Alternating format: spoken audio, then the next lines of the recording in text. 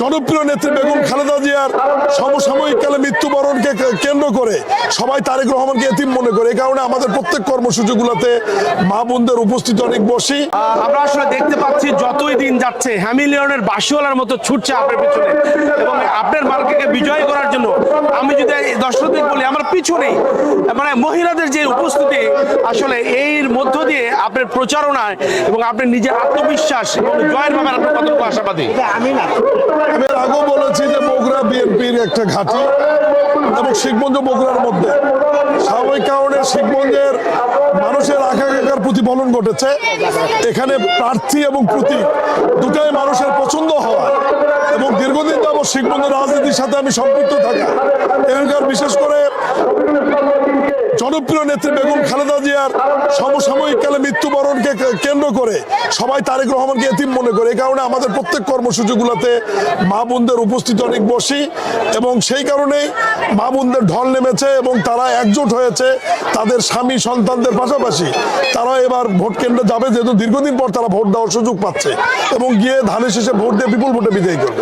আমরা জাস্ট শেষ করে ফেলবো যে একটু জানতে চাই যে আসলে শহীদ রাষ্ট্রপতি জিয়াউর রহমানের জন্মভূমি এই জেলা, কিন্তু আপনার যে সংসদীয় আসন শিবগঞ্জ 2 বগুড়ার যে 2 আসনটি হাজার বছরের ইতিহাস সমৃদ্ধ একটা উপজেলা আপনার, সেক্ষেত্রে আমরা অতীতে দেখেছি তেমন কোনো আসলে ডাইনামিক পরিকল্পনা হয়নি।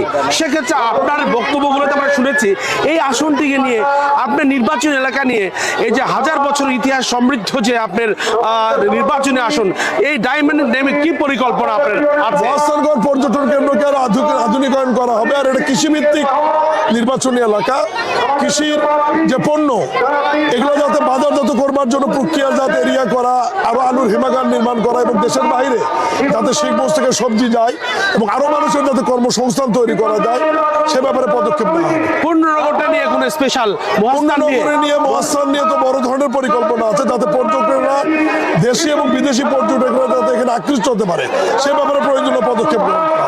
জয়ের ব্যাপারে একটু যে লাস্ট বলতেন। মহান আল্লাহর ইচ্ছা জয়ের ব্যাপারে আমি 100% আশাবাদী যে শিখগঞ্জের মানুষ এবার একজোট হয়েছে। এই শিখগঞ্জের মাটি বিএনপি শক্তিশালী ঘাঁটিতে রূপান্তরিত হয়েছে। বিপুল ভোটে শিখগঞ্জের মানুষ ধানের শেষে ভোট দিয়ে আমাকে বিজয় করবে ইনশাআল্লাহ।